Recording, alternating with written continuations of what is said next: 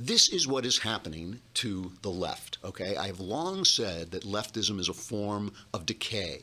Leftism is what happens when things fall apart. We who believe in freedom have all kinds of vitality. We want people to go out and do crazy stuff. We want you to invent stuff. We want you to think on your own. We want you to say something that everybody thinks is untrue and later prove it to be true. They want everything to be equal. Well, who's equal? The dead. The dead are equal. Slaves are equal. Free men are not equal. Free people rise to their own levels according to their hard work and their abilities. Freedom has no equality involved in it. There is no equality except equality under the law, where we all are playing on the same playing field by the same rules. The left destroys this. The left is a form of decay, and they want to. What happens when you decay? You come apart, right? You decompose, and that is what happens. We decompose into smaller and smaller parts. First it's black against white, then it's black against and women against men, and then it becomes smaller and smaller bits until finally the President of the United States is making rules about who you have to let into your bathroom because some small, tiny number of people are dissatisfied with the sex they are. And I have nothing but sympathy for people like that. I think that must be a terribly, terribly painful thing to have happen. But why does it give the president power to legislate over what happens in your school in nowhere, Tennessee? Why does suddenly Washington, D.C. get to reach out its hands because of these two people who may not even exist in your school, reach out its hands and legislate or at least strongly advise who you can let into which bathroom where? And so yesterday, Donald Trump rescinded that order. He took it back, and that's the lead story in the New York Times. The lead story in the New York Times is about people who think they're the sex they're not. And, I'm sorry. Again, I have nothing but sympathy for people like that.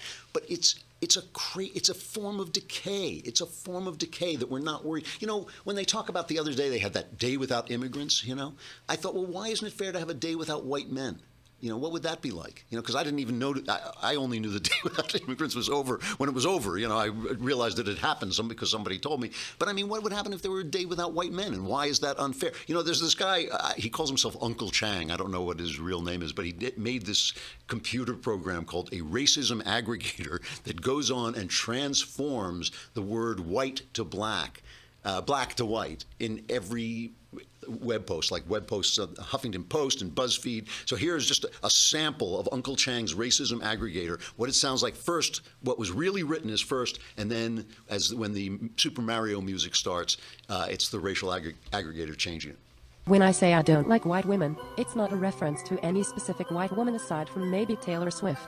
It's a declaration that white women pose a very real threat to my existence, and I don't have to embrace that threat with open arms. What's the matter with white people? 17 foods that white people have ruined. Stop that. 22 reasons white people shouldn't be allowed to name children. Stop the madness.